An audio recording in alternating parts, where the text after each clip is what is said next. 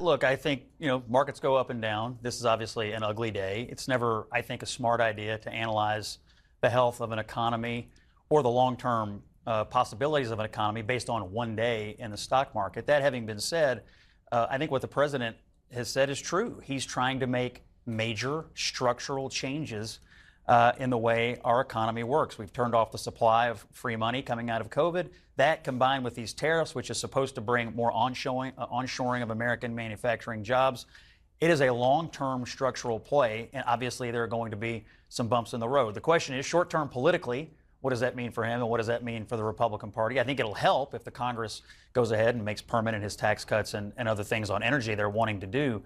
But look, he's been very honest. Bumps in the road are coming, but the long-term play here is overall net positive. I will say, there is some evidence already that companies are responding to the tariff strategy. We've seen several announcements of people, different industries, auto, chips, that they want to bring manufacturing, new plants into the United States. He wants to get rid of... They're expecting that more and more over time. And their belief is the more plants you build here, the more manufacturing jobs you build here, the more you strengthen the middle and working class of this country. And that's ultimately a good thing for the United States. But I actually think the bigger thing, though, is the uncertainty. It's the back and forth more than anything else. It's we're going to implement tariffs, but no, sorry, tomorrow we're going to say that it's not. Well, that uncertainty does contribute a little bit to what Scott's talking about, though, right? Like, I can't bet on building a plant in Canada or Mexico because who knows what might happen tomorrow. You wanted to jump in. Well, he's reversed himself on chips, or reversed our policy on chip, which is he's going to get rid of the incentives to invest here. And I think that is going to hurt our that sector of the business. Well, the incentives, he's replacing the incentives. If I understand it correctly, the incentives would be, it'll be more expensive and worse for you to build overseas. So just go ahead and bring it here. So that's because he's going to put on tariffs on. Yeah. Let me ask you a question. You've been around a long time. Yeah. Would you judge a presidency based on 1 day or 6 weeks?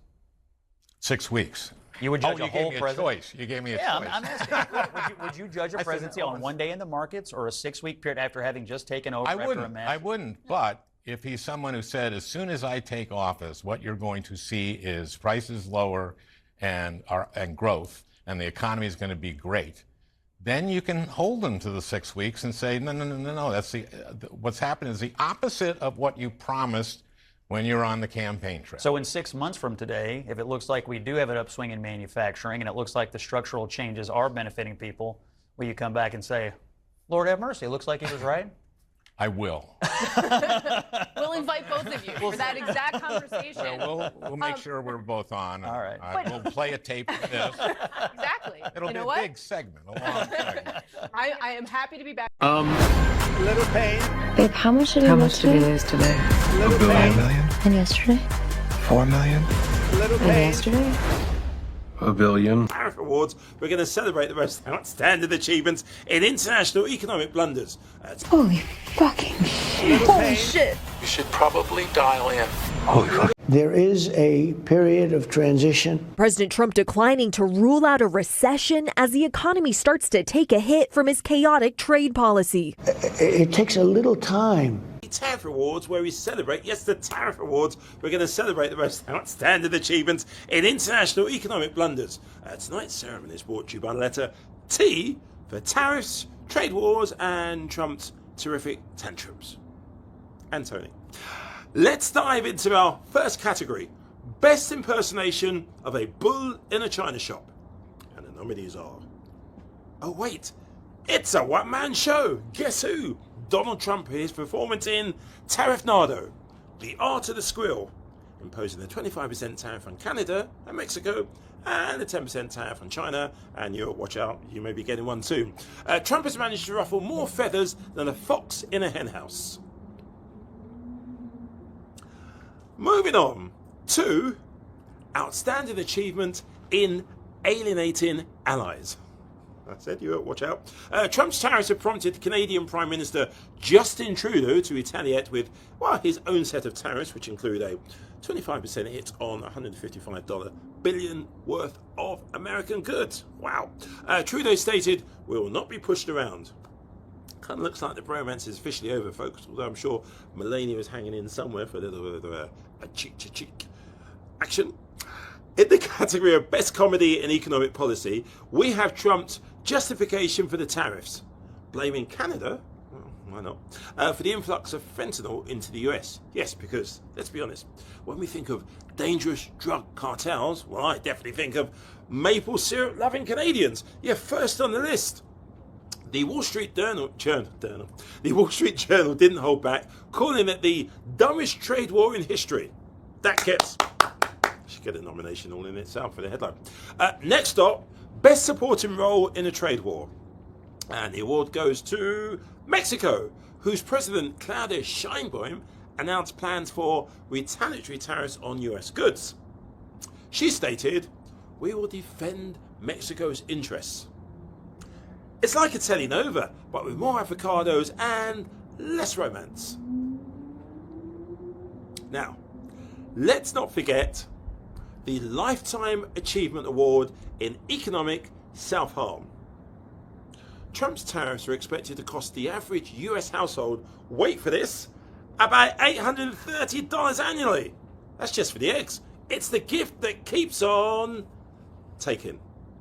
In a surprise twist, the best original excuse for inflation goes to Trump for saying, tariffs don't cause inflation, they cause success. There. Tell that to the American consumers facing high prices and everything. As I said, from X to electronics. But hey, who needs affordable goods when you can have success? It's the golden age of, well, eggs, I suppose. Talking about laying gold eggs. Finally, the People's Choice Award for Unwanted Economic Policy goes to another drum roll. Rubbish drum roll. You guessed it, the tariffs. A recent poll shows that Americans are actually overwhelmingly opposed to the new tariffs. It's hardly surprising. Many are fearing, or joking apart, increased prices and economic instability. Trump calls it pain. It looks like this policy is about as popular as a skunk at a garden party. He really did call it pain. You've got to go through a little bit of pain, and MAGA don't mind now.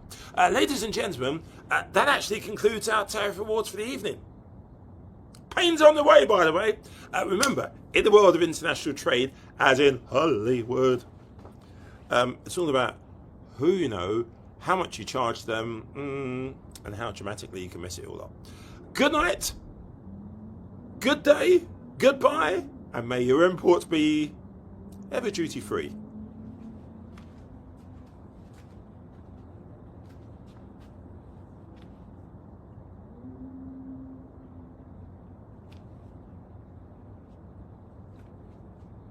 The uncertainty that President Trump's tariff approach is creating, and given that tariffs often prove inflationary, Donald Trump was asked over the weekend about a possible recession happening this year. He was not 100% confident that he could stave off a recession in 2025.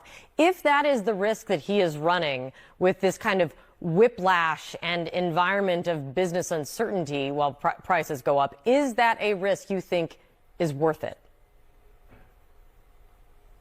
Well, there's been talk about a recession for well over the past year. This is something that has been a threat going back to the Biden administration. We were anticipating some type of recession and slow growth. Why? Because of a lot of the inflationary spending, a lot of the dismantling of energy policy in this country that really drove up the costs of doing business. I think there's, and also the regulations that the Biden administration have put in place. So I think that we have a real opportunity here to stop the recession that was supposed to be coming for the past year. And I think the most important thing right now is that we look at Congresswoman, the recession they're talking about now would be one induced by the actions of this president, not the past. You can't disregard the damage that the Biden administration did to our economy with their regulations, with their inflationary spending, with the interest rates that have skyrocketed because of his policies. You can't negate that. What we're trying to do right now is right-size government bureaucracy. We're trying to extend the Tax Cut and Jobs Act, which is the reason probably why we never had the recession that was being predicted. But now those provisions are expiring. Some have already. We have to make sure that we extend that. I think all those things could prevent any type of slowness in our economy. And you got to remember, President Trump has already brought in $2 trillion in private investment. Every other week, he's only been in office for a month. Every other week, we're hearing about a new company that is repatriating, manufacturing, or expanding operations here in the United States, whether it's a foreign entity or a domestic company like Apple. And so I think that we can certainly prevent this, and we should. And we should keep an eye on those tariffs, make sure that it doesn't have a negative effect. But there are a lot of other pieces to this. Oil prices are coming down, inflation is coming down, and those are very important indicators as well. Target and Best Buy said last week that prices are going up in direct relation to the tariffs. Is that a good thing for your constituents on Staten Island and beyond? I mean, but the tariffs, the tariffs haven't even gone into effect. They've been postponed. So, you know, tariffs have gone into effect for China and others. Yeah. Been in effect. No, some of the tariffs have gone into effect. Yes. Well, but not the ones to Mexico and Canada. And the tariffs in China, they were in effect over the last 4 years. Donald Trump is increasing tariffs on China. Okay. President Biden actually kept and increased tariffs on China. Okay. Trump came in, a slight change increase there, but these are tariffs that have been in place all through the Biden administration. It was a 50% tariff that Joe Biden kept in place, plus an additional 25% on particular sectors, particularly energy, that he had put in place. So, I mean, you want to blame President Trump he's been there for 1 month. He never imposed those tariffs that he said he would on Mexico and Canada. In fact, he's getting very good outcomes and responses, so much so that the Prime Minister of Canada is being driven out by his own party. But what I would say is that we're getting the border secure, we're getting the fentanyl under control, we're seeing troops from other countries being put at the border to help with security. Canada implemented and pointed the drug cartels as state sponsors of terrorism. This is all very important to the future of this country. Our young people who are being poisoned by fentanyl, we need them to be productive and contribute to our economy, not stoned and perhaps killed because of fentanyl that's coming in over our border. Yeah.